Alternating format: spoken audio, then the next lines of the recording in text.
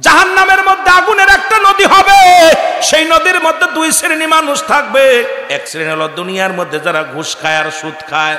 এই সুদখোর আর ঘুষখোরের জন্য জাহান্নামের মধ্যে একটা আগুনের নদী থাকবে, এই নদীর মধ্যে তাদের জায়গা হবে।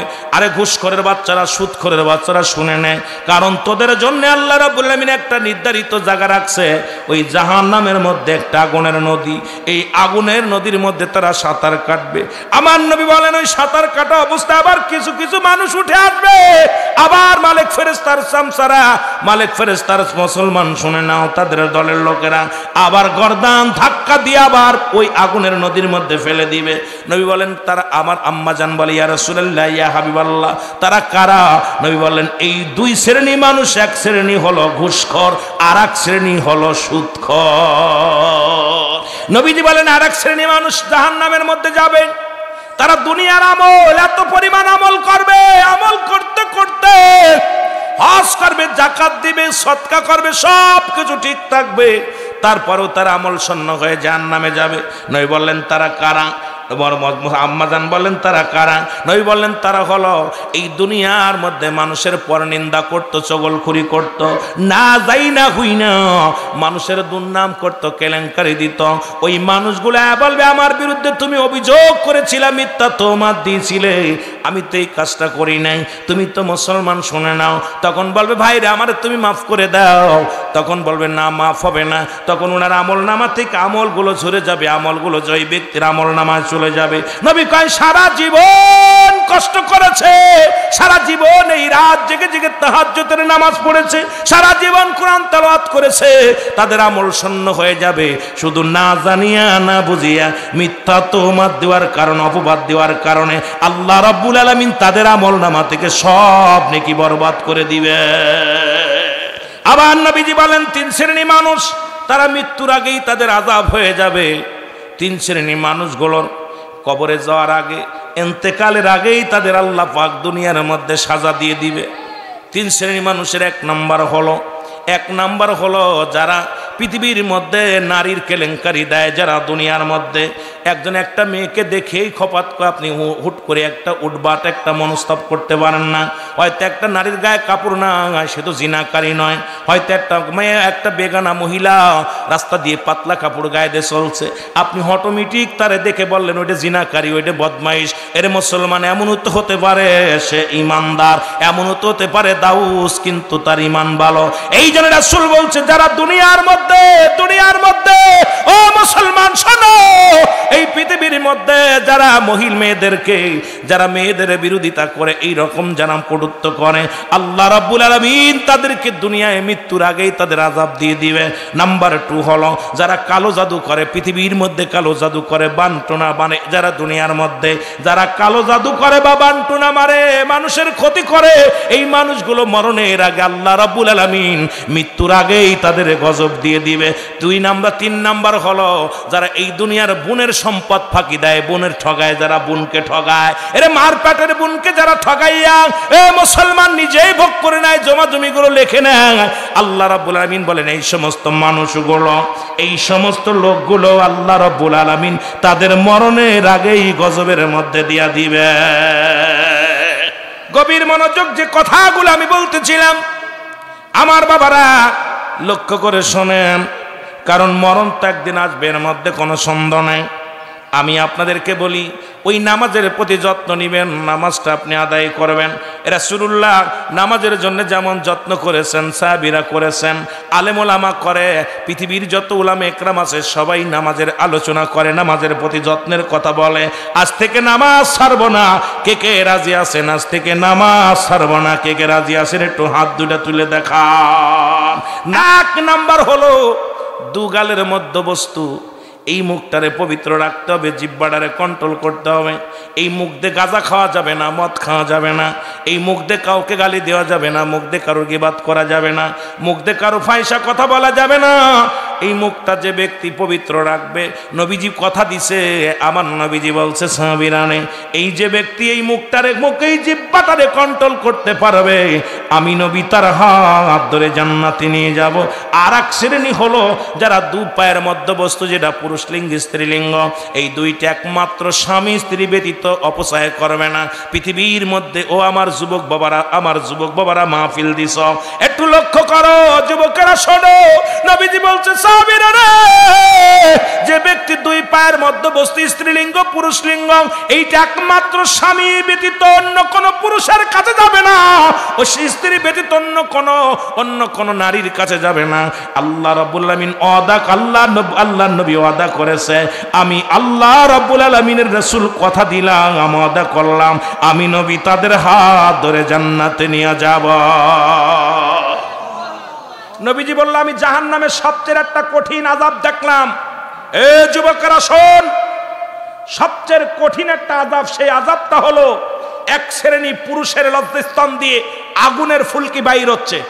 ও যুবক, আগুনের ফুলকি বাইর হচ্ছে, তারা এত জোরে চিৎকার মারবে, এই চিৎকার যদি দুনিয়ার মানুষ শুনতো সব হাত ফেল করে মারা যেত। আর এক শ্রেণী নারীর লজ্জাস্থান দিয়ে আগুনের ফুলকি ঢুকানো হচ্ছে। কারণ হলো ওই সমস্ত মেয়েরা পাতলা কাপড় পরিধান করে পুরুষকে আকর্ষণ করত। বিকেল বেলা হলেই দেখবেন কাপড় পরে সাজে গুজে লিপস্টিক নিয়ে রাস্তা দিয়ে একদল মেয়েরা ঘুরঘুর করে বেড়ায়, আর একদল পুরুষ আছে তারাও এইটা দেখার জন্য আকৃষ্ট হয়ে যায়, তারাও ঘুরঘুর করে। নবীজি বলছে, ওই সমস্ত ছেলেরা যারা মেয়েদের প্রতি আকৃষ্ট ছিল, আর ওই সমস্ত মেয়েরা যারা পুরুষকে আকর্ষণ করার জন্য ঘুরতো, এই উভয়কে কিয়ামতের ময়দানে কি হবে? ওই না কবরের ভিতরে হাসরের ময়দানে লজ্জাস্থান দিয়ে আগুনের ফুলকি বাইর হবে, আর লজ্জাস্থান দিয়ে আগুনের ফুলকি ঢুকানো হবে। জোরে জোরে চিল্লায় বলো আল্লাহু আকবার। এখন আপনারা যারা বিকেল বেলা খালি সেরি দেখার চিন্তা করেন, কলেজে যারা সেরি দেখার জন্য যান, বাজারে যারা সেরি দেখার জন্য যান, ভালো করে বুঝে টুঝে যান। রাসূল বললেন, এই ওয়াজ নবীজির এক সাহাবী ছিল, নাম হলো, ও মুসলমান গভীর মনোযোগ, এই নামাজের কথা, এখন আযাবের কথা। নামাজ ছুটে গেলে কি হবে? পড়তে হবে। কোন মুসলমান, আর নামাজ একমাত্র মহিলাদের জন্য কাজা আছে, পুরুষের জন্য কাজা নাই।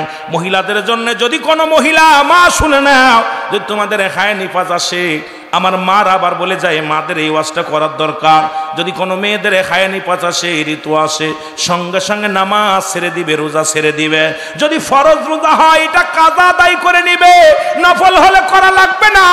আর মুসলমান শোনো, কাজা কোনো নামাজ আদায় করা লাগবে না মেয়েদের জন্য। অনেক মারা যখন ওই হায় নিফাজ শেষ হওয়ার পর বা ঋতু শেষ হওয়ার পর অনেক মা বোনেরা কাজা নামাজ পড়েন, শুনে নেন, কাজা নামাজ আদায় করা লাগবে না। আল্লাহ আপনাদের মাফ করেছে, কিন্তু পুরুষের জন্য কোনো মাপ নাই, তোমার আমার জন্য কোনো মাপ নাই। তুমি সফরে গেছো, চারির জায়গা দুই করো, তুমি দুনিয়ার মধ্যে সফর করো নাই, এই জমিনের মধ্যে আসো, চারির জায়গা। ও মুসলমান, তুমি দাঁড়া পড়ো না পড়ো, বয়া পড়ো, বয়া না পড়ো, শুয়ে পড়ো, শুয়ে না পড়ো, ইশারায় পড়ো, তবু নামাজ ছাড়ার কোনো পথ নাই। জোরে বলেন ঠিক কিনা? আল্লাহ নবীর ওয়াসনে সাহাবী আসতেছিল গো, রাস্তা দিয়ে যখন চলতেছিল, রাসূলুল্লাহর সাহাবী হযরত সালামা রাদিয়াল্লাহু তাআলা আনহু, যুবক বাবারা দিলের কান্ডা লাগা শোনো, একটা মেয়ে রাস্তার ধারে বাড়ি, ওই বাড়ির মধ্যে মেয়েটা গোসল করতেছিল, আর হযরত সালামা রাদিয়াল্লাহু তাআলা আনহু ওই দিকে লক্ষ্য করার সঙ্গে সঙ্গে এমন জোরে একটা বাতাস আসে, এই বাতাসে পর্দাটা সরে যায়, আর ওই মেয়েটাকে সালাবা দেখে ফেলে। জোরে বলেন আল্লাহু আকবার। সালাবা রাদিয়াল্লাহু তাআলা চোখের পানি ছেড়ে ডাকতে বলে, আল্লাহ, আমি কি করলাম? চোখের জিনা করে ফেললাম, একটা বেগানা নারী দেখে ফেললাম। এক কথায় যাদের দেখা দেয়া হারাম তাদের বিয়ে করা জায়েজ, যাদের সঙ্গে দেখা করা জায়েজ তাদের সঙ্গে বিয়ে করা হারাম। বেগানা নারীর সঙ্গে দেখা দেয়া হারাম, বেগানা পুরুষের সঙ্গে দেখা দেয়া হারাম। এখন এই ওয়াজ যদি আমরা করি, অধিকাংশ ইমামের ইমামতি ছুটে যাবে, পানি ফুবরা বন্ধ দিয়ে দিবে। সকালবেলা দেখি অনেক মা বোন, অনেক মসজিদের ইমাম সাহেব সিরিয়াল ধরে, রাগ করবেন না, মাঝে মাঝে সকালবেলা যখন গাড়ি নিয়ে যায় দেখি মা বোন বাচ্চা কোলে করে ইমাম সাহেবের কাছে চলে গেছে তেল পানি নিয়ে ফু দেওয়ার জন্যে। আরে কপাল পোড়া বাবারা, ইমাম সাহেবও কপাল পোড়া, বেগানা নারী তোরে বাচ্চাটা নিয়ে গেল, তুই ফু দিলি আর নাকশি পড়লি। যদি একবার বলতি ওই মেয়ে দূর হয়ে যা, সামনে আসবি না, কারণ তোর ছেলেরে পাঠাইবি, না হয় তোর স্বামীরে পাঠাইবি। এখন এই বেগানা নারীগুলো তেল পরা পানি পরার, আমার দেশে যদি একটু কবিরাজগিরি করা যায়, মহিলাদের সিরিয়াল দেখলে অবস্থা খারাপ, জোরে বলেন ঠিক কিনা? জাহান্নামে যাওয়ার জন্য একদম অল্প সময়ের মধ্যে বরবাদ, সব আমলগুলো বরবাদ হয়ে যাবে। আমল করে জান্নাতে যাওয়া কঠিন হবে। আমার ভাইয়েরা, সালাবা রাদিয়াল্লাহু তাআলা মনের অজান্তে দেখে ফেলেছে মেয়েটাকে, সঙ্গে সঙ্গে মাটির মধ্যে বয়ে পড়ে বলে, আল্লাহ, আরে আমি জুলুম করলাম, জালিমদের অন্তর্ভুক্ত হয়ে গেলাম। আদম নবী যেমন কেঁদেছিল, রব্বানা জালামনা আনফুসানা ওয়া ইল্লাম তাগফির লানা ওয়া তারহামনা লানাকুনান্না মিনাল খাসিরিন। আদম আলাইহিস সালাম বলে, আল্লাহ, আমি জালিমদের অন্তর্ভুক্ত হয়ে গেছি, আমারে তুমি ক্ষমা করে দাও। ও যুবক, যুবক কান্দে, আল্লাহ, আমিও জালিমদের অন্তর্ভুক্ত হয়ে গেছি, তুমি আমারে ক্ষমা করে দাও। এই খবর যদি নবী জেনে যায়, কেমন সাহাবীদের আদর্শ ছিল, এই খবরটা যদি আল্লাহ জানায় দেয় নবীরে, আরে আমি কেমনে মুখ দেখাবো রাসূলুল্লাহর কাছে, আমি কেমনে মুসলমানদের কলঙ্ক হয়ে যাব, মুসলমান ধর্ম আমি পালন করি, আমি নবীর উম্মত, নবীর সাহাবী, এই মুখ আমি কেমনে দেখাবো? সালাবা রাদিয়াল্লাহু তাআলা কাঁদতে কাঁদতে বাড়ি গেলেন। বাড়ি যা চিন্তা করে, না রে মন, আমার নবীরে যদি জিবরিল আমিন জানায়া দেয় আমি বেগানা নারী দেখে ফেলেছি, আমি আল্লাহর দরবারে কি জবাব দিব, রাসূলুল্লাহর দরবারে কি জবাব দিব? সালাবা রাদিয়াল্লাহু তাআলা কাঁদতে কাঁদতে কাঁদতে কাঁদতে রওনা দিয়ে চলে গেলেন পাহাড়ি অঞ্চলে। একদিন নয়, দুদিন নয়, কিছুদিন চলে গেল। সালাবা কাঁদতে কাঁদতে চোখের পানি পড়িয়া পড়িয়া গা হয়ে গেল মুখের মধ্যে। সালাবা ভাত খায় না, পানি খায় না, গাছের লতা পাতা খায় আর কান্দার বলে, আল্লাহ, আমি জালিমদের অন্তর্ভুক্ত হয়ে গেছি, আমারে কি ক্ষমা করবারে আল্লাহ? আল্লাহ, আমি বেগানা নারী দেখে ফেলেছি, আল্লাহ, এটা দেখার জন্য আমি প্রস্তুতি ছিলাম না। আল্লাহ, তুমি যদি আমার ধরো, আমি হিসাব দেব কেমনে? আমার নবী যদি জানতে চায়, আমি জবাব দিব কেমনে? আমার বাঁচার কোনো উপায় নাই, তুমি আল্লাহ ক্ষমা করে দাও। কাঁদতেছিলেন। আমার আল্লাহ রাব্বুল আলামিন জিবরিল আমিনকে ডাক দিয়ে কয়, জিবরিল রে, একটু আমার নবীরে বল সালাবার দিকে লক্ষ্য করতে। আমার নবীজি সালাম ফিরা সাহাবীদের বলে, আমার সাহাবীরা রে, আমার সালাবা কোথায়? আমার সালাবা রাদিয়াল্লাহু তাআলা আনহু কোথায়? নবীর সাহাবীরা বলে, হুজুর, অনেকদিন তো হয়ে গেল, তাকে দেখতে পাই না, নামাজেও আসে না, বাড়িতেও দেখি না। বলে, খবর নাও। রাসূলুল্লাহ সাহাবী যে খবর নিলেন, বাড়ি যা সালাম দিয়া খবর নিলেন, সালাবি কোথায়, সালাবা কোথায়? সালাবার বাবা বলে, আমি জানি না, মা বলে জানি না, কেউ বলতে পারে না। নবী বলেন, সাহাবীরা রে, খোঁজ নে, কারণ দুষ্ট কাফেররা না জানি আমার সালাবারে মেরে ফেলেছে, আমার সালাবারে দুনিয়া থেকে বিদায় করে দিয়েছে, তোমরা আসো। নবীজি বলেন, কোথায় রে আমার আবু বকর, কোথায় রে আমার উমর, কোথায় রে আমার উসমান, কোথায় রে আমার আলী? আয় আয়, তোরা তাড়াতাড়ি আয়। সাহাবীরা ছুটে আসলেন রাসূলুল্লাহর পাশে। নবীজি বললেন, ও উমর, হযরত উমর রাদিয়াল্লাহু তাআলাকে ডাক দে, বলে, ভা উমর রে, তুমি যাও হযরত আলীর সঙ্গে চলে যাও, আলী আর উমর একদিকে চলে যাও, আমার সালাবার খোঁজ নাও। হযরত উমর ফারুক রাদিয়াল্লাহু আনহু, আবু বকর সিদ্দিক রাদিয়াল্লাহু তাআলা আনহু, হযরত উসমান গনি রাদিয়াল্লাহু তাআলা আনহু, তোমরা দুজন একদিকে যাও, তোমরা খবর নাও, মক্কার অলি গলির মধ্যে খবর নাও, আমার সালাবাকে কি দুনিয়া থেকে বিদায় করে দিছে, আমার সালাবাকে কি মেরে ফেলেছে। আমি নবী আমার সালাবার জন্য কান্দি, তোমরা খবর নাও, তাড়াতাড়ি খবর নাও। গোটা মক্কা মদিনা দেখা হয়ে গেল, কোথাও খবর পাওয়া যায় না। ও যুবক, আজকে যুবক ভাইরা মাহফিল দিচ্ছে, একটু লক্ষ্য করো, মাহফিল দিয়ে কিছু শিকার চিন্তা করো, এই পাপ থেকে বাঁচার চিন্তা করো। সালাবা রাদিয়াল্লাহু তাআলাকে খুঁজে পায় না, চলে আসলেন রাসূলুল্লাহর কাছে সাহাবীরা, ইয়া রাসূলুল্লাহ, ইয়া হাবিবাল্লাহ, আপনার সালাবারে কোথাও আমরা খুঁজে পাইলাম না। নবী বলে, যাও পাহাড়ি অঞ্চলে যাও, পাহাড়ের অলিগলির মধ্যে দেখো। আরে হযরত ওমর ফারুক রাদিয়াল্লাহু তাআলা আনহু, হযরত আলী রাদিয়াল্লাহু তাআলা আনহু দুজন চলে গেলেন পাহাড়ি জঙ্গলের দিকে। যা রাখালিদের ডাক দেয়, বলো, ও রাখালিরা শোনো, তোমরা কি সালাবারে দেখছো? রাখালেরা বলে, কে গো, তোমরা কারা? বলে, আমি আমার নবীর প্রিয় সাহাবী, আমার নাম হযরত ও মুসলমান হযরতে ওমর ফারুক রাদিয়াল্লাহু তাআলা আনহু, আমার নাম হযরত আলী রাদিয়াল্লাহু তাআলা আনহু। বলে, কিসের জন্য আসছো? কয়, তোমরা কি আমাদের সালাবারে দেখছো? বলে, সালাবারে তো চিনি না, তবে কই থেকে এক পাগল লম্বা করে দেখতে শুনতে অনেক সুন্দর যুবকটা, এই যুবকটা কয়টা দিন দেখি ওই পাহাড়ের মধ্যে কান্দে। ওই সকাল বেলা এসে পাহাড়ে ওঠে, কাঁদতে কাঁদতে ওঠে, আর সন্ধ্যা যখন গনিয়ে আসে পাহাড় থেকে নেমে কাঁদতে কাঁদতে আবার নিচেই চলে আসে। এই পাগলটার কান্না দেখে আমাদের বনের পশুগুলো খানা ছেড়ে দিছে। এই পাগলটার কান্না দেখে আমাদের মোষগুলো খানা খায় না, বকরিগুলো খানা খায় না। তোমরা খোঁজ, তোমরা কি বলতে পারো এই লোকটাকে? অথচ তোমার ফারুক ডাক দে, বলে, ভাই আলী,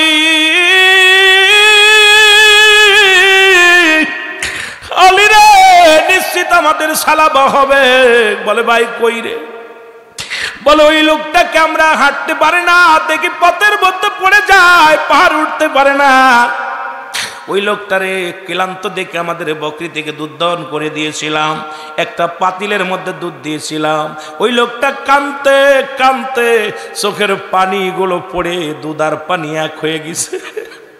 এই লোকটার দুধের পেয়ালা হাতের মধ্যে নিয়ে এমন নজর না অনেক কাঁদতেছিল, আমরা বড় আশ্চর্য হয়ে গেছি। আমরা জিগাই, ভাই তুমি কেন কান্দো? কোনো জবাব দেয় না, খালি বলে, আমি মনে হয় জালিম হয়ে গেছি, জুলুমকারীদের অন্তর্ভুক্ত হয়ে গেছি, আমার আল্লাহ কি আমাকে ক্ষমা করবে? ওই দুধের পাতিলটার মধ্যে যত পরিমাণ দুধ ছিল অত পরিমাণ চোখের পানি পড়ে বেঁচে গেছে, ওই দুধটা পর্যন্ত পান করে না।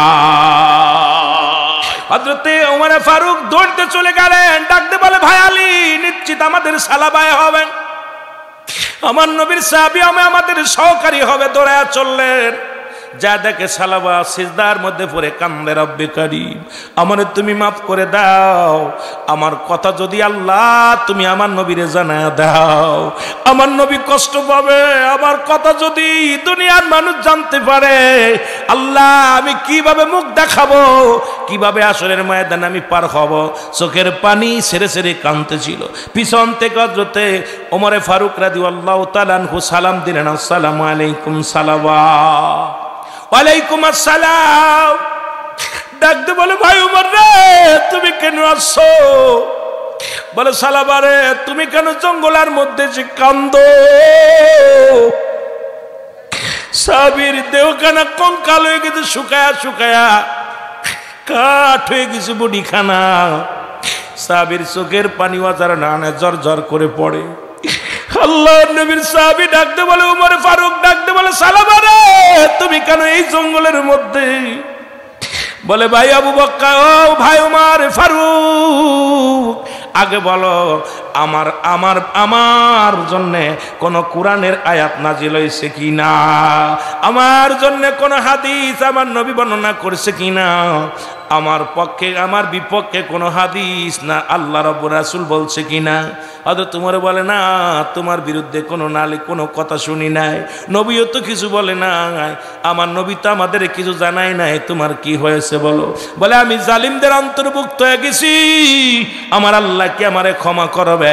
আল্লাহ রাব্বুল আলামিন যদি ক্ষমা না করে, আল্লাহর দরবারে আমি ধরা পড়ে যাব। জোরে জোরে বলো আল্লাহু আকবার। আমার দয়াল নবী বিঘনে আপন বলতে কেহ নাই জগতে, বলে না আপন বলতে ও যুবক দিলের কান্ডা লাগা শোনো, একটু মরণের চিন্তা করে দেখো। এর নবীর সাহাবীরা মরণের চিন্তা কেমনে করত? আপনি আমি কেন মরণের চিন্তা করি না? কেন মরণের ভয় অন্তরে ঢোকে না? কেন এই কবরের চিন্তা আসে না? আরে মুসলমান, মরণের কথা বলতে যাইয়া আল্লামা মুফতি আমজাদ আলী সাহেব উনি একটা কিতাব লেখলেন, কিতাবের নাম বারে শরিয়ত। এই কিতাবের মধ্যে উনি লিখতে যা বললেন, দুনিয়ার মানুষ শোনো, 70টা তাজা উটের গায়ের চামড়া সবাই না করিয়া উল্টো দিকে টান দিয়া লবণ আর মরিচ লাগা দিলে যতটুক যন্ত্রণা হয় এর চাইতে 70 গুণ যন্ত্রণা হলো একটা সাধারণ মৃত্যু হয়। এখন যারা মরণকালে পায়খানা করে দেয় গো, যারা মরণের সময় পায়খানা প্রস্রাব করে দেয়, অনেকের মরণের সময় জিহ্বাটা বড় হয়ে যায়, অনেকের মরণের সময় চোখ দুটি বড় বড় হয়ে যায়। কত মানুষের দাফন করাইলাম, কত মানুষের কাফন পরাইলাম। আপনাদের ইমাম সাহেব কত মানুষের জানাজা পড়াইল গো। ও মুসলমান, কত ভাই কত নেতার দাফন কাফন পরানো হলো। কত মানুষ মরণের সময় পায়খানা প্রস্রাব পর্যন্ত করে দেয়। তাদের মৃত্যুটা কত কঠিন হয়। এই মরণের চিন্তা যার ভিতরে নাই, সে কেমনে মানুষ হয়? জোরে বলেন ঠিক কিনা? জোরে জোরে চিল্লায় বলা যাবে না ঠিক কিনা? এ আমার ভাইরা, আমার বন্ধুরা, আমার যে কথাগুলো আমি বলি দিলের কান্ডা লাগা শোনো। সালাবা রাদিয়াল্লাহু তাআলা আনহু মুসলমান শোনো গো, বলেন আমার নবীর সাহাবীরা রাসূলুল্লাহ কি আমার বিষয়ে কিছু বলেছে? বলে না। দুজন কাঁধে করিয়া রাসূলুল্লাহর কদমের মধ্যে নিয়ে আসলেন, রাসূলুল্লাহর সামনে আনিয়া দাঁড়া করলেন। নবীজি বললেন, সালাবারে কি হয়েছে বলো? বলে, নবী গো, আমি মনের অজান্তে বড় ভুল করেছি। আপনার পিছনে নামাজ আদায় করিয়া যখন আমি দুপুরের সময় নবী গো জোহরের সালাত আদায় করিয়া যখন আমি গিয়েছিলাম বাড়ির দিকে যাইতেছিলাম, হঠাৎ একটা ঘরের মধ্যে একটা বাড়ির সামনে দিয়ে যায়। নবী গো, প্রচণ্ড জোরে একটা বাতাস আসে, বাতাস আসিয়া বাড়ির পর্দা সরে যায়, আর ভিতরে এক মেয়ে গোসল করা অবস্থা আমি দেখে ফেলেছি। আর রাসূলুল্লাহ ইয়া হাবিবাল্লাহ, আমি জালিমদের অন্তর্ভুক্ত হয়ে গেছি নবী গো। এই ভয়ে আমি আপনার কাছে আসি নাই, আমি এই ভয়ে আজকে কাঁদতেছি নবী গো। আমার আল্লাহ রাব্বুল আলামিন আমার বিষয়ে কি কোনো আয়াত নাজিল করেছে কি? আল্লাহর নবী গো, আমার নবী ডাক দিয়ে বলে, সালাবা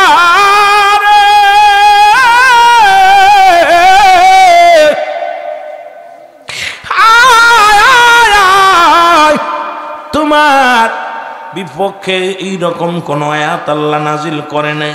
জিবরিল আমিন আমারও তো কিছু জানাই নাই। সালাবা চোখের পানি ছেড়ে কাঁদতে লাগলেন।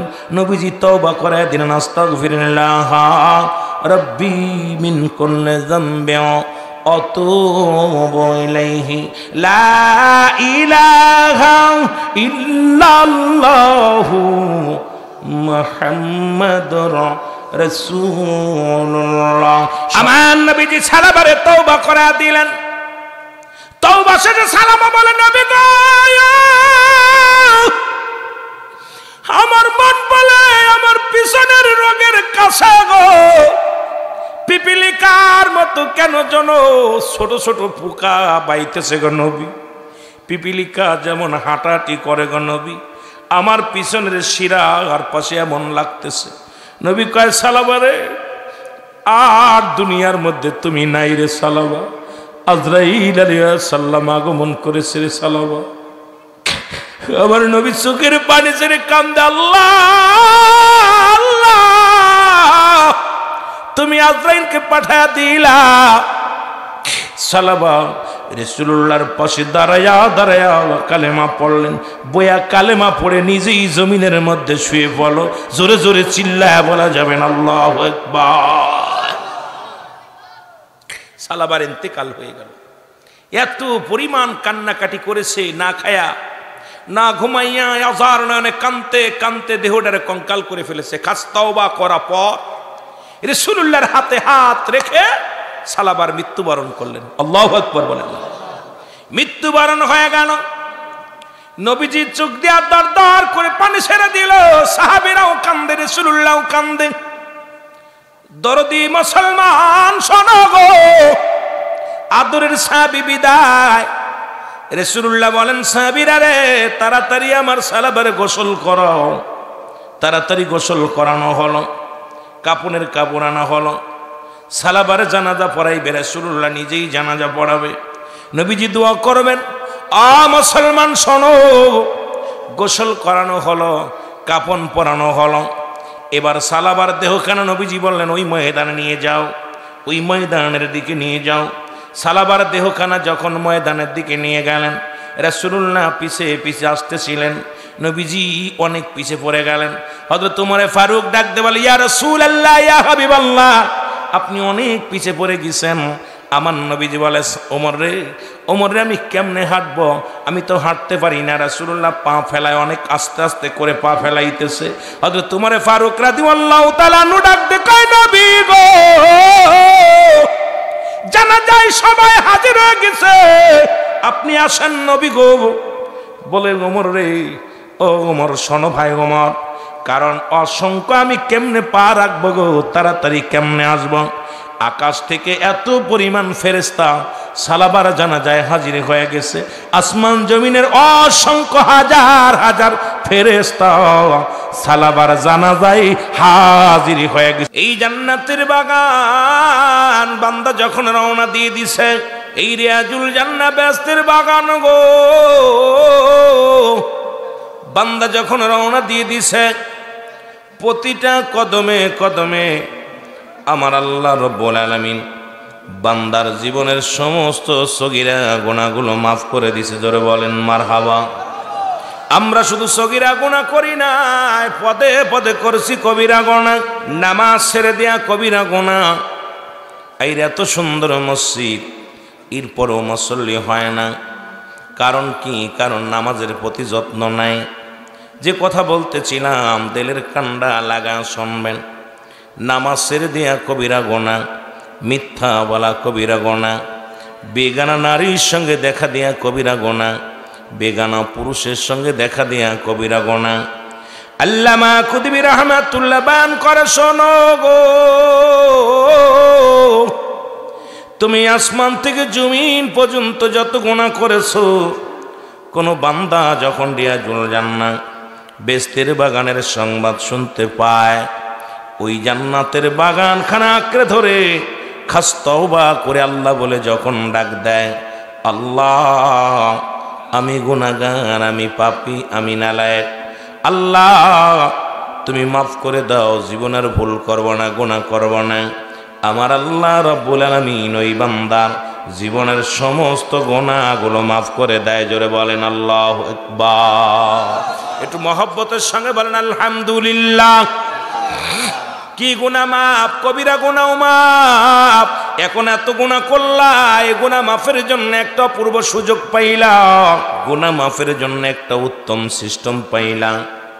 এই জান্নাতের বাগানে বসিয়া খাস তওবা করে আল্লাহ বলে ডাক দিলে আল্লাহ গুনাহ মাফ করে দেয়। কত গুনাহ করছো একবার বয়া দেখো, যদি তোমার গুনার কথা দুনিয়ার মানুষ জানতো, পৃথিবীর মধ্যে তোমার জায়গা দিত না। তোমার গুনার কথা যদি তোমার বিবি জানতো, জীবনও তোমার সঙ্গে ঘর করত না। তোমার গুনার কথা যদি তোমার ছেলে জানতো গো, তোমাকে বাবা বলে ডাকতো না। তোমার গুনার কথা যদি মেয়ে জানতো, জীবনও মেয়ে তোমাকে বাবা বলে ডাকতো না, মা বলে ডাকতো না। তোমার গুনার কথা যদি গ্রামের মানুষগুলো জানতো, ও মুসলমান, গ্রামের মানুষ তোমাকে কখনো আর বন্ধু হিসেবে কবুল করতেন না, গ্রহণ করতেন না। হাজার হাজার গুনাহ করেছেন, কত বড় বড় গুনাহ করেছেন, রব্বে কারীম সব গোপন রাখছে। জোরে বলেন ঠিক কি না? এত হাজার গুনাহ করার পর আমার আল্লাহ গোপন রাখছে। জোরে বলেন ঠিক কি না? গোপনে গোপনে যত গুনাহ করেছেন, বিবি জানে না, মা জানে না, বাবা জানে না, প্রতিবেশী জানে না, আপনজন জানে না, কেউ জানে না। এত গুনাহ করার পরও রব্বে কারীম আপনাকে বিদায় করে দেন নাই। এত অপরাধ করার পরও রব্বুল আলামিন এইটা প্রকাশ করে নাই। এই জন্য আল্লাহর দরবারে অসংখ্য শুকরিয়া আদায় করার দরকার আছে কি না? জোরে জোরে চিল্লায় বলেন আছে কি না? এই জান্নাতের বাগানে আসার কারণে সগীরা গুনাহ মাফ, কবিরা গুনাহ মাফ। আমার বাবারা, যত জান্নাতের বাগানে যেতে পারবেন ততই লাভ না লস? যত যাবেন ততই লাভ। মদিনার মাটু মাটি, বাংলাদেশের মাটু মাটি। মদিনার মাটি গায়ে লাগলে গুনাহ ঝরে যায়, বাংলাদেশের মাটি গায়ে লাগলে চুলকানি রোগ হয়। ও বাজানেরা, গভীর মনোযোগ। সুতরাং মদিনার পাথরে চুমা দিলে জীবনের গুনাহগুলো ঝরে যায়, আর বাংলাদেশের পাথরের মধ্যে চুমা দিলে প্রস্রাবের গন্ধ পাওয়া যায়। পাথরে পাথরে বেশকম আছে, মাটিতে মাটিতে বেশকম আছে। এরা মুসলমান, আগামীকাল যখন বলবে, এ ভাইরা আমার, বন্ধুরা আমার, এই বেজুরা উত্তর পশ্চিম পাড়া বেলাল রাদিয়াল্লাহু তাআলা জামে মসজিদের সামনে জান্নাতের বাগান, মানুষ পাগল বলবে, সবাই আপনাকে পাগল বলবে, মুসলমান আপনাকে বলদ বলবে। আজকে যখন রিয়াজুল জান্নাহ বেহেশতের বাগান বলবেন, সবাই আপনাকে জ্ঞানী বলবে। কারণ আজকের এই মাহফিলের দাম হয়েছে কোরআনের খাতিরে। এই মাহফিলের শান, এই মাহফিলের জায়গাটা দাম বাড়ছে কোরআন হাদিসের সম্মানের খাতিরে। জোরে বলেন ঠিক কিনা? এই পৃথিবীতে যত যত ফল, ও মুসলমান, যত গাছ আছে, ফলের গুণে গাছের পরিচয়। আম গাছ, জাম গাছ, কাঁঠাল গাছ, যত ফল, আগে নাম বলি, আগে ফলের, তারপরে গাছের পরিচয়। তদ্রুপিটা রিয়াজুল জান্নাহ বেহেশতের বাগান, আগে হলো বেহেশত, তারপরে হলো বাগান। আর এই বাগানের অনেক দাম, এই বাগানের অনেক মূল্য। সাধারণ পাবলিক আমরা বুঝি না, সাধারণ মানুষ আমরা বুঝতেছি না। যেদিন একটা আমলের জন্য দৌড়াদৌড়ি করব, একটা নেকির জন্য দৌড়াদৌড়ি করব, সেদিন বুঝবো মাহফিলটা কি রত্ন ছিল। জোরে বলেন ঠিক কিনা? এ জীবন জীবন নয়, এমন একটা জীবন আসবে গো, যে দেশে গেলে মানুষের বিচার হয়, যে দেশে গেলে মানুষের হিসাব হয়, যে দেশে গেলে মানুষ আর কোনোদিন ফিরে আসে না। আমরা সেই দেশের যাত্রী। জোরে বলেন ঠিক কিনা? আর একটু জোরে বলেন ঠিক কিনা? এই পৃথিবীর মধ্যে আসার একটা সিরিয়াল আছে গো, যাওয়ার কোনো সিরিয়াল নাই। দেখা যায় বাবা জিন্দা, সন্তান দুনিয়ার মধ্যে নাই। কত বাবা তার আদরের সন্তানকে বিদায় করে দিছে, কত মা তার আদরের সন্তানকে বিদায় করে দিছে, কত বাবা মা সন্তানের বিদায় দিয়া পাগল হয়ে গেছে। ওই পাগলের মা বাবা যতদিন দুনিয়ার মধ্যে জিন্দা থাকবে রে মুসলমান, সন্তানের মায়ায় তাদের চোখের পানি কোনোদিন শুকাবে না। তারা দিন ও রাত্রে সন্তানের কথা মনে করিয়া শুধু চোখের পানি জমিনের মধ্যে ফেলাবে। জোরে বলেন ঠিক কিনা? আমার ভাইরা, আমার বন্ধুরা আমার, সন্তানের লাশ পিতার কাঁদে, পিতার লাশ সন্তানের কাঁদে গো। দাদার লাশ নাতিরা কাঁদে, নাতির লাশ দাদার কাঁদে। আল্লাহ, কখন যেন দুনিয়া থেকে বিদায় হয়ে যাব জানি না রে আল্লাহ। আল্লাহ, আমাদেরকে আপনি ক্ষমা করে দেন গো আমার আল্লাহ। এই মানুষের মৃত্যু হয় দুইটা টাইমে গো, একটা হলো রাতের বেলা, একটা হলো দিনের বেলা। ও মুসলমান, কয়টা টাইমে মানুষ মৃত্যুবরণ করে? দুইটা টাইমে মানুষ মরণ হয়। কয়টা টাইমে? জোরে বলেন কয়টা টাইমে? দুইটা টাইমে মরণ হয়। একটা হলো রাতের বেলা, একটা হলো দিনের বেলা। আমার যুবক বাবারা, দিলের কান্ডা লাগা শোনো, আমি আলোচনায় আস্তে আস্তে যাই। আল্লাহ রব্বুল আলামিন গোলামের মধ্যে যদি কথা বলার তৌফিক দান করে, তাহলে কিছু কথা বলতে পারবো। এর মুসলমান, দুইটা টাইমে মানুষের মরণ হয় গো। একটা হলো রাতের বেলা, একটা হলো দিনের বেলা। ও মুসলমান, নামাজ ছাড়ার কোনো পথ নাই, আল্লাহর গোলামি ছাড়ার কোনো পথ নাই। ও বান্দা শোনো, দিনের শুরু হলো ফজর। বান্দা ফজর 2 রাকাত সুন্নাত নামাজ তুমি আদায় করলা, সঙ্গে সঙ্গে তুমি হয়ে গেলা আমার নবীর প্রেমিক। এ মুসলমান, এবার 2 রাকাত ফরজ নামাজ তুমি আদায় করলা, সঙ্গে সঙ্গে তুমি হয়ে গেলা আমার আল্লাহর গোলাম। এখন আর দিনের মধ্যে যদি তোমার মরণ হয়, কত মানুষ মুসলমান কাজ করতে যে মারা যায়, নামাজগত অবস্থায় মারা যায়, গমের ঘরে মারা যায়, খানা খাইতে যে মারা যায়, বাজারে গেছে ঘুরতে আর ঘুরে ফিরে আসে নাই। ও যুবক, এবার তুমি 2 রাকাত সুন্নাত নামাজ যখন আদায় করলা গো, সঙ্গে সঙ্গে তুমি হয়ে গেলে আমার রাসূলের প্রেমিক। এবার 2 রাকাত ফরজ নামাজ তুমি আদায় করলা, সঙ্গে সঙ্গে হয়ে গেলা তুমি আমার আল্লাহর গোলাম। এখন যদি দিনের মধ্যে তোমার মরণ হয়, তুমি হবে আল্লাহর গোলাম, রাসূলের প্রেমিক। মরণে ভয় নাই, কবরে ভয় নাই, মিজানে ভয় নাই, ফুলসিরাতে ভয় নাই, কোথাও তোমার ভয় নাই। যদি একবার আল্লাহর গোলাম হইতে পারো, একবার যদি রাসূলের প্রেমিক হতে পারো, জোরে বলেন ঠিক কিনা। এখন তুমি নামাজও পড়ো নাই, সুন্নাতও পড়ো নাই, ফরজও পড়ো নাই, নবীজির সঙ্গে তোমার প্রেম নাই, আল্লাহর সঙ্গে প্রেম নাই। ও মুসলমান, তোমার এই দেহখানা কে তোমার দায়িত্ব নেবেন? মুসলমান, রাসূলুল্লাহ চিনবে না, আমার আল্লাহ রাব্বুল আলামিন চিনবে না। ওরে মুসলমান, তোমার এই দেহখানার কি উপায় হবে, বডি খানার কি উপায় হবে? একবার চিন্তা করে দেখো না কেন রে মুসলমান। এর যখন রব্বি কারিম এই দুনিয়ায় তোমারে আমারে পাঠাইল, ও যুবক, তোমারে আমারে আমার আল্লাহ যখন দুনিয়ায় পাঠাইল গো, সমস্ত দেহ মুসলমান রূহ জগৎকে একত্রিত করে বলতেছিল, আলাস্তু বিরাব্বিকুম, আমি কি তোমাদের রব নাই? আল্লাহু আকবার।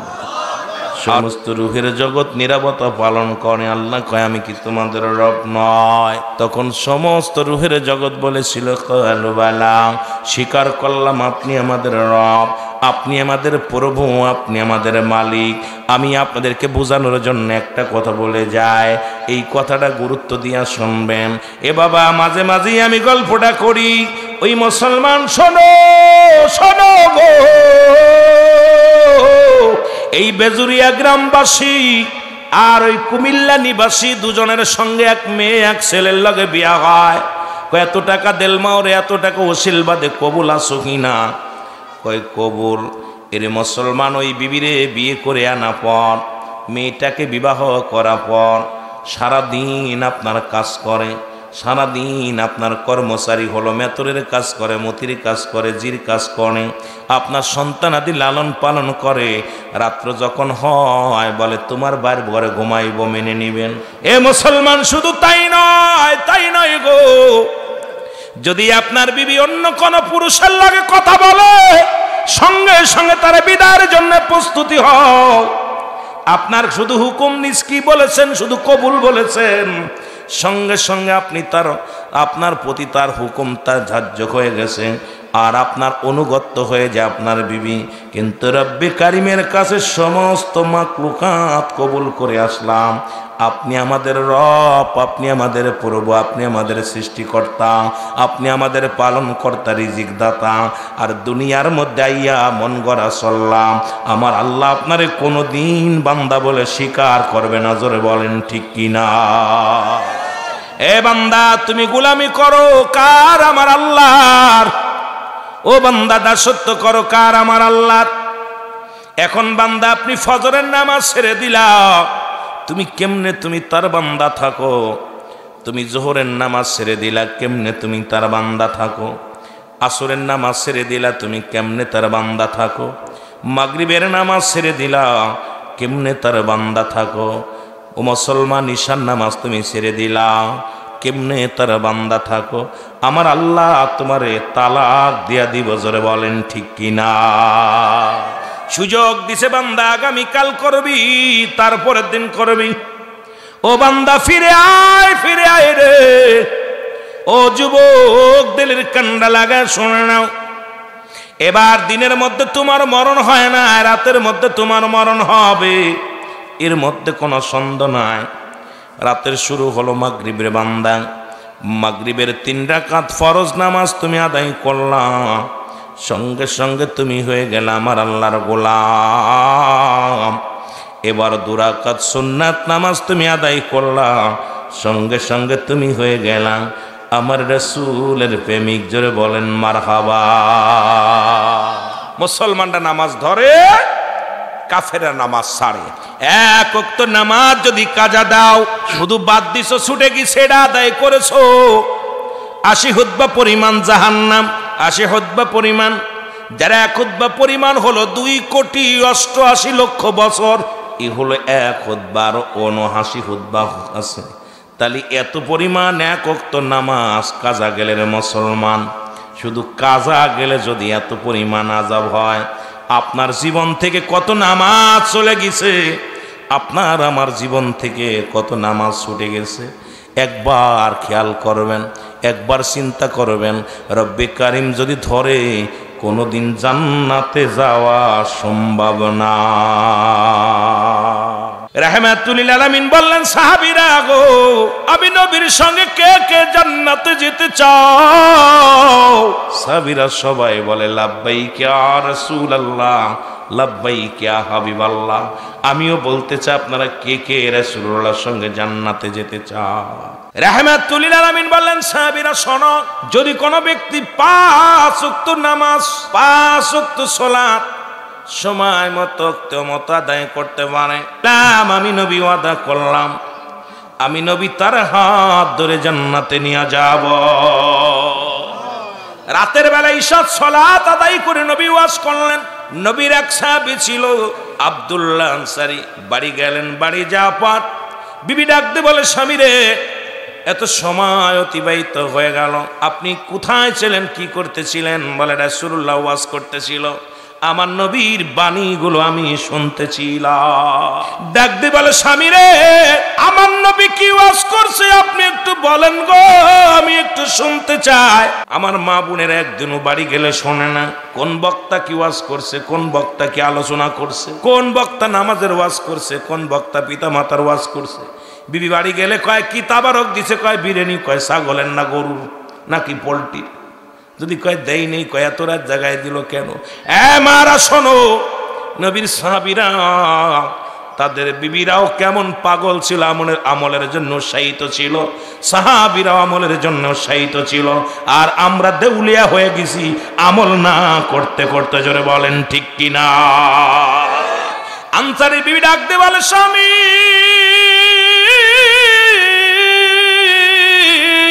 রাসূলুল্লাহ কি ওয়াজ করছে একটু বলেন গো।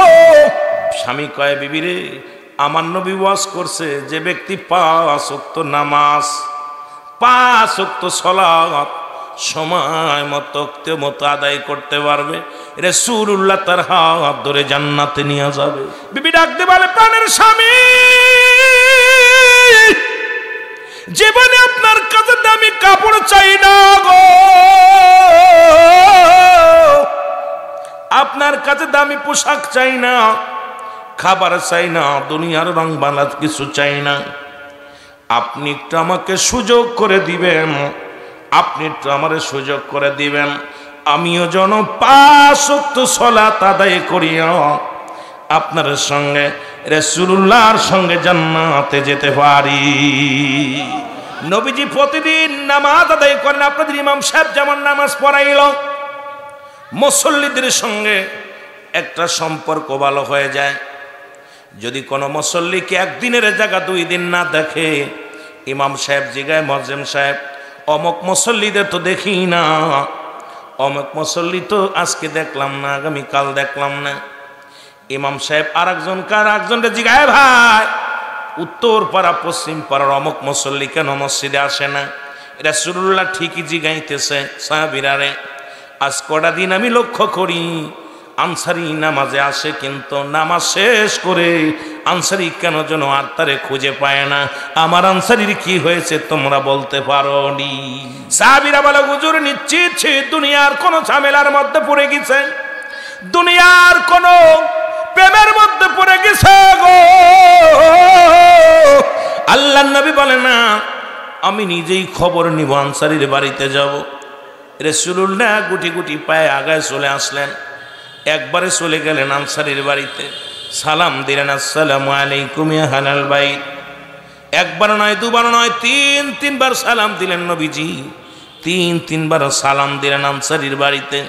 একটা সালামের জবাব আসলেন না। নবী বড় মনের একটু কষ্ট পাইলেন। রাসূলুল্লাহ মনে কষ্ট নিয়ে ফিরে আসতেছিলেন। ও মুসলমান শোনো, ইসলামের বিধান, তুমি যদি কোনো বাড়ির মধ্যে প্রবেশ করতে হয় আগে সালাম দিয়ে অনুমতি নিতে হবে, সালাম বিনিময় করতে হবে। আমার দেশে এখন কোনো বাড়ির সালাম নাই মুসলমান, যদিও কোনো বাড়ির অনুমতি নেয়, মেম্বার সাহেব মাতবার সাহেব বাড়ির ভিতরে যায়, বাবিরে ডাক দেয়, বাবি সাহেব বাইকো কয়, বাই ঘুমাচ্ছে, বসতে দেয় বাবি সাহেব। ওরে শরীয়তের বিধান অনুযায়ী যাদের দেখা হারাম, শরীয়তের বিধান অনুযায়ী যাদের দেখা হারাম, আজকে আরাম তাদের সঙ্গে কথা বলতে আরাম লাগে, এই জন্যে মানুষ জাহান্নামী হয়ে যাবে। বেশি জোরে বলেন ঠিক কি না? গভীর মনোযোগ দিলের কান্ডা দিয়া শোনো গো। রাসূলুল্লাহ ফিরে চলে আসলেন, পিছন থেকে সাহাবী সালামের উত্তর দেয়, ওয়ালাইকুম আসসালাম ইয়া রাসূলুল্লাহ, ওয়ালাইকুম আসসালাম ইয়া হাবিবাল্লাহ, ওয়ালাইকুম আসসালাম ইয়া রাহমাতাল লিল আলামিন। জোরে জোরে চিল্লায় বলা যাবে না সুবহানাল্লাহ? রাসূলুল্লাহ বলেন ওয়ালাইকুম আসসালাম, উত্তর দিছে যখন নবীজি বলতে, আনসারী তুমি তিনবার সালামের জবাব দিলা, তার মানে আর বুঝতে বাকি নাই তুমি ঘরের মধ্যে ছিলা, তবে আমার সালামের জবাব দাও নাই। আনসারী বলে, ইয়া রাসূলুল্লাহ ইয়া হাবিবাল্লাহ, আমি কেন সালামের জবাব দিই নাই এটা আমি উত্তর দিতে পারবো না। যদি দয়া করে মায়া করে আমার বাড়িতে যাইতেন, যদি আমার ঘরের মধ্যে যাইতেন, কেন সালামের জবাব দিই নাই এটা আমি বলতে পারতাম। নবী গো, ইয়া রাসূলুল্লাহ ইয়া হাবিবাল্লাহ, কেন জবাব দিই নাই এটা আমি আপনাকে কিছুতেই বোঝাইতে পারবো না। যদি দয়া করে আমার বাড়িতে যাইতেন। রাসূলুল্লাহ বলে, চলো। আমার নবীকে মুসলমান এমনি বলে নাই, বায়ানত উত্তম আখলাক, উত্তম চরিত্র, উত্তম গুণে গুণান্বিত ছিল গো। ও যুবক, আজকে সেই নবীকে নিয়েও কটূক্তি যারা করো, আজকে নবীকে নিয়ে সমালোচনা যারা করো মুসলমান, নবীজিকে নিয়ে যারা আমার নবীকে নিয়ে ব্যঙ্গ করো, আমার নবীকে নিয়ে অনেক কথা বলো, কাউ বয়, কেউ বলতেছে কাউ বয়। আরে মুসলমান, নবী তো কোনোদিন গরুর রাখাল ছিলেন না, নবী ছিলেন মুসলমান। উঠে কোথায় বকরিরা চড়াইতেন, মেষ চড়াইতেন। এখন এটা নিয়েও দেখলাম আমাদেরকে নিয়ে, এই গজলটা নিয়ে আমাদেরকে নিয়ে সুন্নিয়াতের লাগায়া দিছে। হালাতটা বুঝতে হবে আমরা কি বলতে চেয়েছি। মুসলমান শুনে নাও, এই কথাগুলো বোঝার জন্য জ্ঞান দরকার, শুধু এলেম অর্জন করলে হবে না, এই জন্য তাসাউফের জ্ঞানের দরকার। শরিয়াত তরিকত হাকিকত মারেফাত, এই মুসলমানে এলেম অর্জন করছো, শরিয়াতের এলেম অর্জন করেছো। ও মুসলমান শুনে নাও, তাসাউফের জ্ঞান অর্জন করো নাই, এই জন্য হালাত বোঝো নাই। আমরা বলেছি নবীরা খালি আরবে সে কঠিন মোরর দেশে, মেসরাইতেন বনে জঙ্গলায় গো নবীজি, আপনাকে দেখিবার মনে চায়। জোরে বলেন মারহাবা। ভেসে আসছে নবীজি, কখনো রাখাল, কখনো নবী মন্ত্রী, কখনো নবী কৃষক। কারণ আমার নবীজি হালাত, নবীজি দেশে কোনটা, নবী বকরি চড়াইছে, মেষ চড়াইছে, যাতে আমার উম্মাতিরা আবার মাটি কাটছে, মাটি টানছে। কেন টানছে? যে আমার উম্মাতিরা যদি দরিদ্র হয়, যদি কেউ দিন মজুরি হয়, সেজন্য কষ্ট না পায়। আমার নবীজি হালাতে আসছেন অবস্থায়। আম্মাজান আয়েশা সিদ্দিকাকে বিয়ে করছে, নবীজি অফার দেন, অফার আম্মাজানের তরফ থেকে অফার গেছে। রাসূলুল্লাহ বিয়ে করছে বাবারা, অনেকেই বুড়া মানুষ বিয়া করছে, কয় 3-4 তালাক খাইছি, এত খাইছি, ব্যাককল মার্কা। রাসূলকে অফার দিলেন, বিয়ের পয়গাম দিলেন খাদিজার তরফ থেকে। খাদিজা, এইবার খাদিজা, আমার রাসূল বলেন আমার একজন গার্জিয়ান আছে, সেটা কে? আমার গার্জিয়ান আবু তালিব। আবু তালিবের কাছে যখন প্রস্তাব আসলো, আবু তালেবের পরামর্শ অনুযায়ী রাসূল পাক সাল্লাল্লাহু আলাইহি ওয়াসাল্লাম বিয়ে করলেন। আর আম্মা জান আয়েশার বয়স তখন, খাদিজার বয়স তখন 40, রাসূলের বয়স 25। নবীজি বিয়ে করলেন যে তোমার স্বামী যদি ছোট হয় তবু স্বামীর প্রতি শ্রদ্ধা, এত শ্রদ্ধাশীল ছিলেন, এটা প্রমাণ উম্মতের দেখাইছে, দিক নির্দেশনা। নবী এমনি বলেন হায়াতি খায়রুল লাকুম, আমার হায়াতের জিন্দেগিটা উম্মতের জন্য কল্যাণ স্বরূপ। জোরে বলেন সুবহানাল্লাহ। আর একটু জোরে বলেন না। শরিয়াতে নবী, হাকিকতে নবী, তরিকাতে নবী, মারেফাতে নবী, সব জায়গায় নবী, কবরে নবী, হাসরে নবী, মিজানে নবী। নবী বলছে আমার উম্মতিরা, আমি তোমাদের সঙ্গে চলাফেরা করেছি, কথাবার্তা বলেছি, তোমাদের মতো ঘর সংসার করেছি, আমার উম্মতের জন্য কল্যাণ স্বরূপ। জোরে বলেন না সুবহানাল্লাহ। আর একটু জোরে বলেন। আম্মা জান আয়েশা খাদিজাতুল কুবরা নবীকে এত ভালোবাসতেন, নবী যতদিন পর্যন্ত শরিয়াতে ছিলেন আম্মা জানকে ভুলতে পারে নাই। এরপরে আবার নবীজি আম্মা জান আয়েশা সিদ্দিকাকে বিয়ে করলেন। 9 বছর বা 7 বছরের বাসর যেটা বলেন আপনারা, আমার নবীজি বিয়ে করলেন অল্প বয়সী একটা মেয়েকে।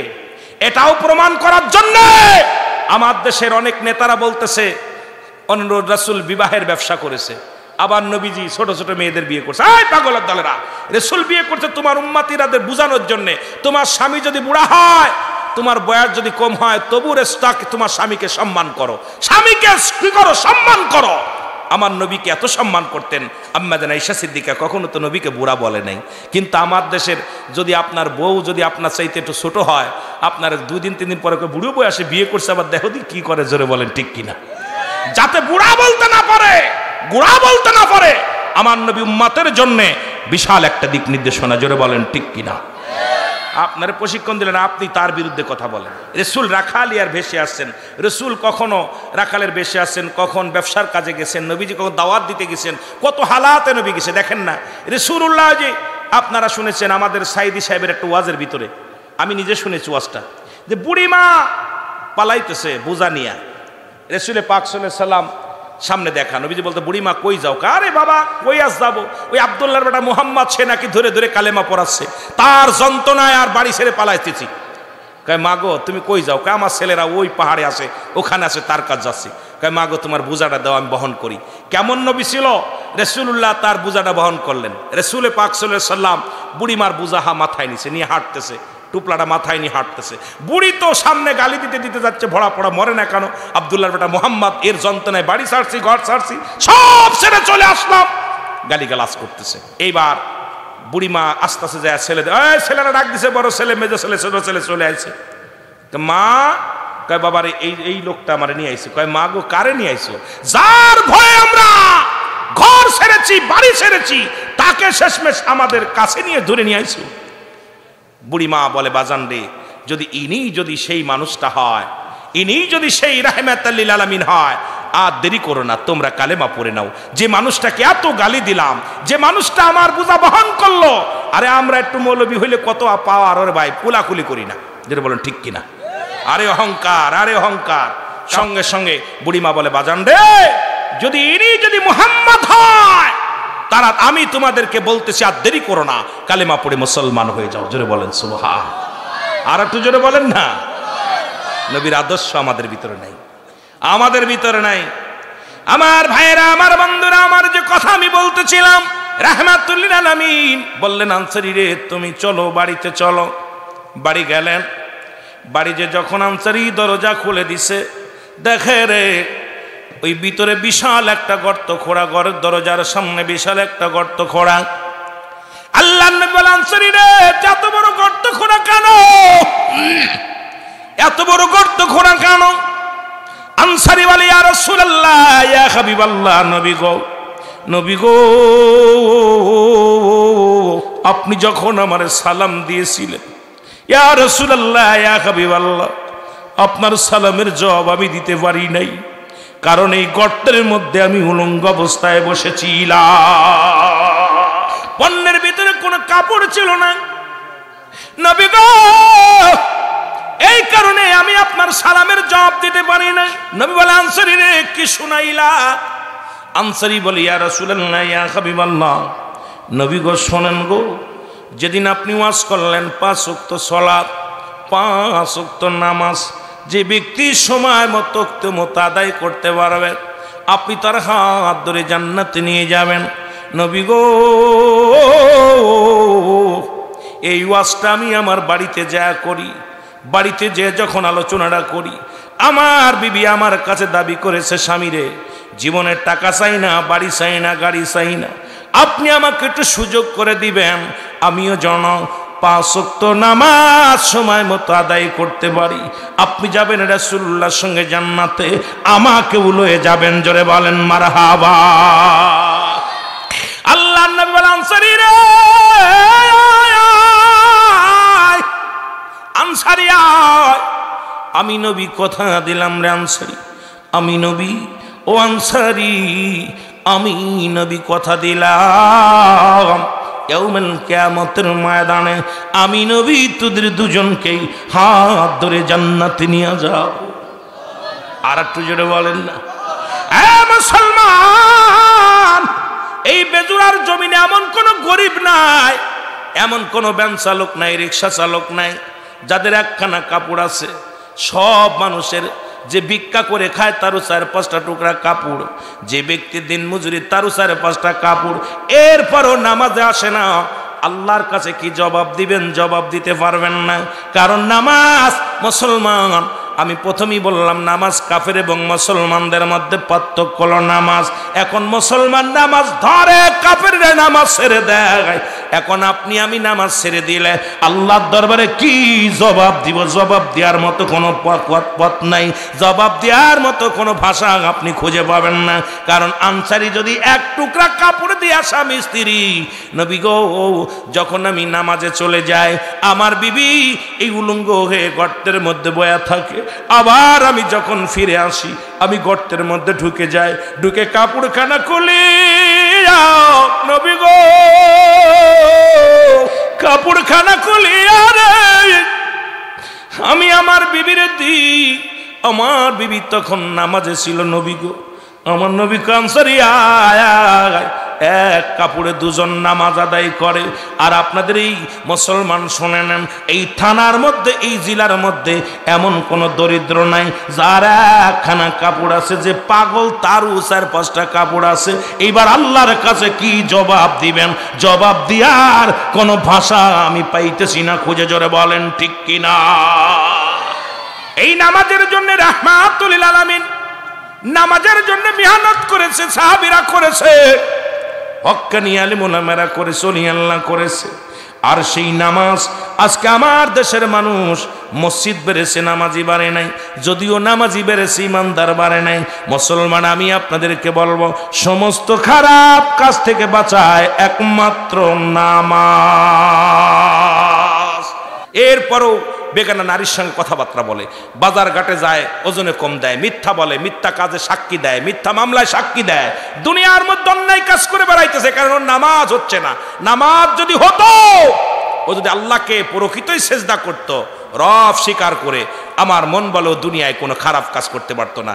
দাড়ি পেকে গেছে, নামাজ পড়তে পড়তে কপাল ছুলে ফেলেছে, এরপরও এখনো তার চরিত্র কন্ট্রোল করতে পারে নাই, এখনো তার নেশার ভালো হয় নাই। বাজারে যাইব, মানুষকে ঠগাইব, ফাও কথা বলবো, মুখ খারাপ করব, ভাষা ভালো না, তাহলে বোঝা গেল আপনার নামাজ হচ্ছে না। জোরে বলেন ঠিক কিনা, কথা বলেন ঠিক কিনা। এই সমস্ত মানুষগুলো নামাজ, এই নামাজিগুলো আবার বিপদে যাবে। ফাইলুল লিল মুসাল্লিন, এই মুসাল্লিগণ আল্লাহর দরবারে ধরা পড়বে, কঠিন ধরা পড়বে। আমার বাবারা, নামাজ হচ্ছে আপনার, আপনি নিজেই বুঝতে পারবেন যখন আপনি সমস্ত খারাপ কাজ থেকে আপনাদের একটা মিথ্যা, মরে যেতে রাজি আছেন, একটা মিথ্যা আপনার জবান দিয়ে বাইর হবে না। আপনি না খেয়ে মরে যাবেন, হারাম ঢুকাবেন না। আপনি নামাজ উপরে বিড়ি উঠানে, নামাজ উপরে বিড়ি উঠানে, জোরে কোন ঠিক কিনা। বিড়ি বুড়া হয়ে গেছে, এখনো বিড়ি ছাড়তে পারে না, সিগারেট ছাড়তে পারে না, এখনো বয়া বয়া, বুড়ো অনেক বুড়া দেখি বয়া বয়া, মই টিভির সামনে পা উঠাই দিয়ে বয়া বয়া, আজান চলতেছে টিভি দেখতেছে, আবার আজান চলতেছে কাঁসা দিয়ে কাজ করতেছে, কারণ এখনো চরিত্র কন্ট্রোল হয় নাই। এই জন্য অনুরোধ করব, সমস্ত খারাপ কাজ থেকে বাঁচায় নামাজ, সেই নামাজটা আমাদের আদায় করার দরকার আছে কিনা। কেমন নামাজ আদায় করবেন? রাহমাতুল লিল আলামিন ওই নামাজের মধ্যে আল্লাহকে পাবেন। রাহমাতুল লিল আলামিন মক্কা থেকে মদিনায় যখন হিজরত করলেন, শত্রুপক্ষ হানা দিবে, রাসূলুল্লাহ একটা তাঁবুর মধ্যে বিশ্রাম নিতে গেলেন। নবীজি বললেন, তোমরা দুজন ভাগাভাগি করে সারা রাত পাহারা দিবা। মুসলমান একজন যখন পাহারা দিতে লাগলেন, আর একজন আসলেন। এবার চিন্তা করে শুধু রাত জেগে লাভ কি, নামাজ পড়ে আমি কাটায় দিব রাত। আর নবী সাহাবীরা নামাজের মধ্যে এত মজা পেত, 2 রাকাত নামাজ পড়তে এমন সাহাবী সারা রাত কাটায় দিত। জোরে বলেন সুবহানাল্লাহ। আমাদের ইমাম সাহেব যদি একটু বড় সূরা ধরে, পিছনতে মুসল্লি ভাগছে, এই যে আসতেছে তারাবির নামাজ যদি একটু বাবা খতম তারাবি হয়, মুসল্লিদের অবস্থা খুব খারাপ। সাহাবী চিন্তা করে শুধু রাত জেগে লাভ কি, নামাজ পড়ে নামাজটা করে আদায় করে দিই, নামাজটা পড়ি। এমন ভাবে রুকুর মধ্যে যে সময় কাটায়, শত্রুপক্ষ চিন্তা করছে মনে হয় গাছ না শত্রু মানুষ, পরীক্ষা করার জন্য একটা তীর মারছে। এই তীরটা যায় সাহাবীর উরতের মধ্যে লাগছে, উরতের মধ্যে ভিদ হয়ে গেছে। আর একটা তীর যখন মারছে বুকের ভিতরে এসে লাগবে। সাহাবী চিন্তা করে আমি যদি মারা যাই, রাসূলুল্লাহ তাঁবুর মধ্যে আছে, শত্রুপক্ষ আনা দিবে, আমার নবীর উপরে আক্রমণ করবে। আরে আমার নবীর উপরে যদি আক্রমণ করে, আমি আল্লাহর দরবারে কি জবাব দিব? সঙ্গে সঙ্গে নামাজটা ছেড়ে দিছে। আমার নবীজির কাছে চলে গেলেন। আরেক সাহাবী বলি, ইয়া রাসূলুল্লাহ, ইয়া হাবিবাল্লাহ, অমুক সাহাবীর গায়ে তীর লাগছে। ওই শত্রুপক্ষরা ভেগে গেছে। যখন তীর লাগা পর মুসলমান ওরা যখন বুঝতে পেরেছে মানুষ, তখন পালায়া গেছে। এবার রাসূলুল্লাহ এসে বলে, সাহাবী রে, তোমার গায়ের মধ্যে তীর লেগেছে, কেমনে লাগলো? বলি, ইয়া রাসূলুল্লাহ, ইয়া হাবিবাল্লাহ, চিন্তা করলাম রাতটা আমি শুধু বসে কাটাবো কেন, নামাজের মধ্যে কাটা দিই। নামাজের মধ্যে এত মজা লাগতেছিল, যখন আমি সূরা পড়তেছিলাম, যখন আমি রুকু করতেছিলাম, সিজদা করতেছিলাম, এত মজা এত ভালো লাগতেছিল। ইয়া রাসূলুল্লাহ, ইয়া হাবিবাল্লাহ, নবী গো, নামাজ যদি আপনি যদি তাঁবুর মধ্যে না থাকতেন, ওই ভয় ওই টেনশন যদি আমার না থাকতো, এই তীর আসিয়া যদি আমার জীবনটা কেড়ে নিত, তবু আমি নামাজ ছাড়তাম না। জোরে বলেন সুবহানাল্লাহ। নবী কয়, তুমি তীর লাগলো টের পাও না? বলি, ইয়া রাসূলুল্লাহ, ইয়া হাবিবাল্লাহ, আমি নামাজের ভিতরে এত মজা পাচ্ছিলাম, তীর যদি আমার উরতের মধ্যে নয় বুকের মধ্যে সে লাগতো, তবুও আমি টেরে পাইতাম না। আর আমরা নামাজ পড়ি আর মশা মারি। জোরে কোন ঠিক কিনা? মুনাফিক সিনার উপায় হলো, যখন নামাজে দাঁড়াবে অলসতা করবে, যখন জিকির করবে গাফিলতি করবে। দেখুন রুকুতে যায় হাত খাজছে, পা খাজছে, মশা মারতেছে। আমার দয়াল নবী বিহনে আপন বলতে কেহ নাই জগতে, আমার আপন বলতে, আরে বেবে দেখি আমি সবই মিছে, বল বেবে দেখি আমি সবই মিছে, মিছে মায়ার সংসারে আপন বলতে কেহ নাই জগতে, বলে না আপন বলতে। ওমা আরসালনাকা ইল্লা রাহমাতাল লিল আলামিন। নবী হলে রাহমাতাল লিল আলামিন, আল্লাহ হলে রাব্বুল আলামিন। নবী হায়াতি খায়রুল লাকুম, নবী হলো এই দুনিয়া উম্মতের জন্য কল্যাণের জন্য আসছেন। ওফাতি খায়রুল লাকুম, নবী কয় আমার ওফাতটা উম্মতের জন্য কল্যাণের জন্য। দুই জায়গা নবী দুনিয়াতেও আসছে আপনার আমার জন্য, বিদায় নিচ্ছে আমার আপনার জন্য। এই জন্য আপন বলতে নবী ছাড়া কোনো বান্ধব নাই। মহব্বতে বলেন, আপন বলতে কেহ নাই জগতে, আমার আপন।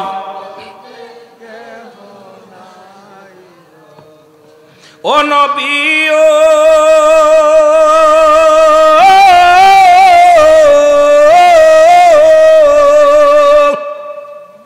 এই বেজুরা বাসি আশিকেরা হইয়া দিওয়ানা,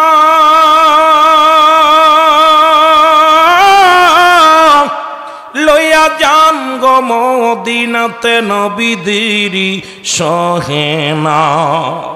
লইয়া যান গো মদিনাতে হাবিবদেরি সহেনায় আমার দয়াল নবী বিহনে আমার মায়ার নবী আপন বলতে কেহ নাই জগতে বলে না আপন বলতে বাবা চোখের পানি ছেড়ে কান্দেন না বলেন আমার দয়াল নবী বিহনে আমার মায়ার নবী আপন বলতে কেহ নাই জগতে আমার আপন বলতে ও নবী ও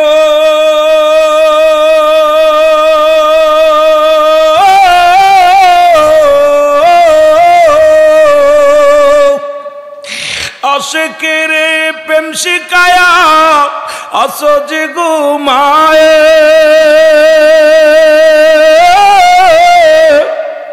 দাও দেখা দাও দয়াল গো নবী এই আশিকের সনে ও গো দাও দেখা দাও দয়াল গো নবী এই আশিকের সনে আমার দয়াল নবী বিহনে আমার মায়ার নবী আপন বলতে কেহ নাই জগতে আমার আপন বলতে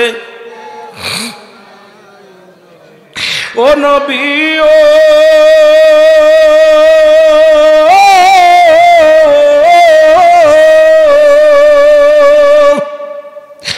বাংলাদেশে আমার বাড়ি আপনি মদিনা